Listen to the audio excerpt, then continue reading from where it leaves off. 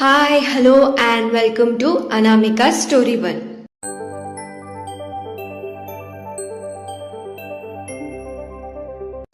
ఇవాళ మనం వినబోయే కథ మీరా, చాప్టర్ 148.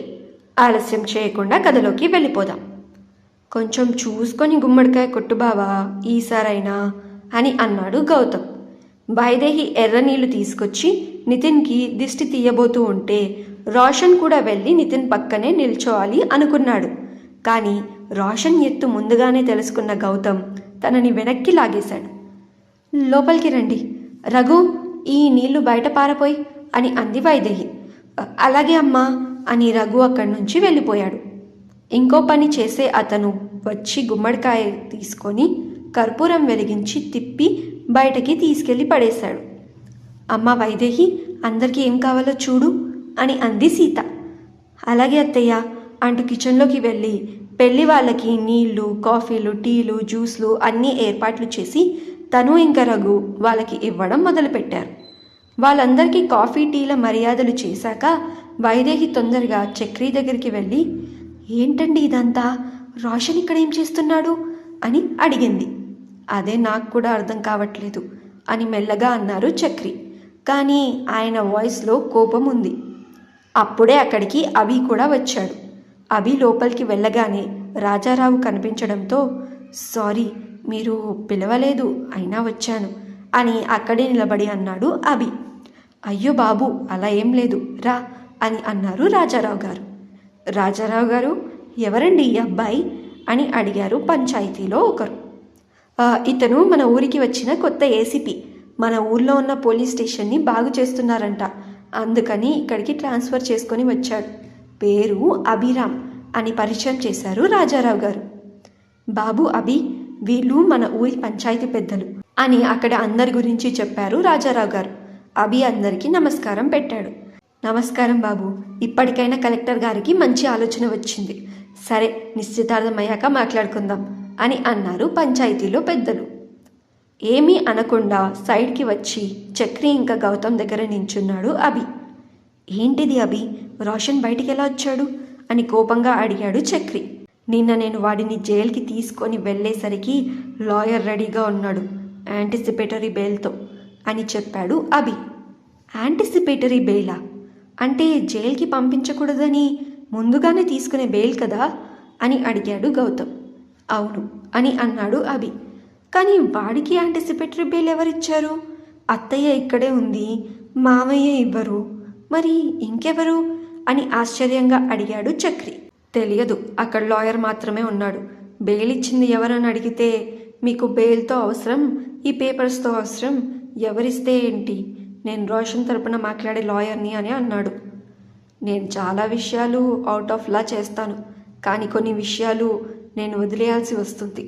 ట్రస్ట్ మీ, వీడిని వదలాలని నేను అస్సలు అనుకోలేదు, కానీ వీడు లాని మొత్తం నా మీద యూజ్ చేసేసాడు. ఎందుకో ఇక్కడికి వచ్చి ఏదో ఒకటి చేస్తాడు అనిపించింది, అందుకే అప్పుడైనా రెడ్ హ్యాండెడ్గా పట్టుకుందామని ఇలా వచ్చా అని అన్నాడు అభి. వైదు, నువ్వు మీరాతోనే ఉండు, రోషన్ని చూసి భయపడుతుందేమో అని అన్నాడు చక్రి. అలాగే అండి, బామ్మగారికి కూడా విషయం చెప్పేసి వస్తాను అని అంది వైదేహి. సరే వెళ్ళు అని అన్నాడు చక్రి. రోషన్ రాజీకి సైగ చేసి పక్కకి రమ్మన్నాడు. పక్కకి వెళ్ళగానే రోషన్ అంటూ ముందుకు వచ్చింది రాజీ. అమ్మా అంటూ ముందుకు వెళ్ళాడు రోషన్. నువ్వు వచ్చేసావా అని రోషన్ని హత్తుకొని, ఎలా వచ్చావురా అని అడిగింది రాజీ. నువ్వు సమయానికి ఒకరికి ఫోన్ చేసావు కదమ్మా, వాళ్ళే యాంటిసిపేటరీ బెయిల్ రెడీగా పెట్టారు అని పోలీస్ స్టేషన్లో జరిగింది మొత్తం చెప్పాడు రోషన్. అంటే ఆ బంగారాజు నిన్ను విడిపించాడా అని అడిగింది రాజీ.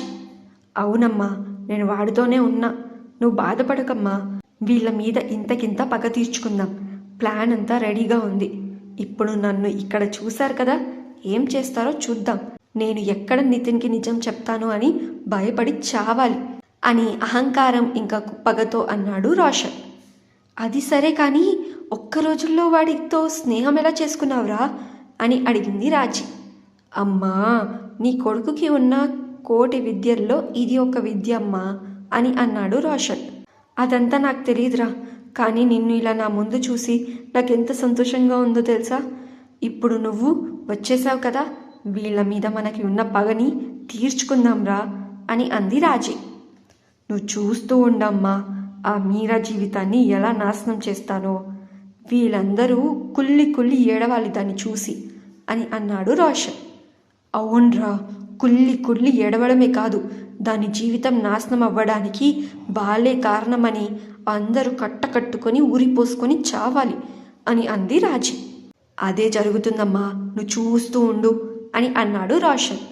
వాళ్ళిద్దరూ అక్కడ ప్లానింగ్లో ఉండగా వైదేహి తొందరగా రూమ్లోకి వెళ్ళి బామ్మ అని కంగారుగా పిలిచింది.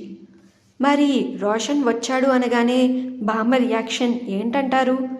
మీరా ఇంకా మంజు ఎలా రియాక్ట్ అవుతారంటారు? ఇవన్నీ పక్కకి పెడితే పాపం బంగారాజు వీళ్ళిద్దరిని వాడుకుంటున్నాడు అని తెలిస్తే రోషన్ ఇంకా రాజీ పరిస్థితి ఏంటంటారు? తెలుసుకుందాం వచ్చే అప్డేట్స్లో. వింటూనే ఉండండి ఈ స్టోరీ మీరా, మీ అనామిక స్టోరీ వరల్డ్ ఛానల్లో మీ హోస్ట్ అనామికతో. ఈ స్టోరీ కనుక మీకు నచ్చితే ఈ వీడియోకి ఒక లైక్, అలాగే ఈ వీడియోని, ఈ స్టోరీని మీ ఫ్రెండ్స్ అండ్ ఫ్యామిలీ మెంబర్స్కి షేర్ చేయండి. ఈ స్టోరీలో మీకు ఏం నచ్చిందో కింద కమెంట్ సెక్షన్లో మెన్షన్ చేసి మరిన్ని అప్డేట్స్ కోసం ఛానల్ని సబ్స్క్రైబ్ చేసుకొని బెల్ ఐకాన్ కూడా క్లిక్ చేసేయండి. ఈ స్టోరీని మీరు పూర్తిగా చదవాలి అనుకుంటే డిస్క్రిప్షన్లో లింక్ ఉంది, బయోలో కూడా లింక్ ఉంది.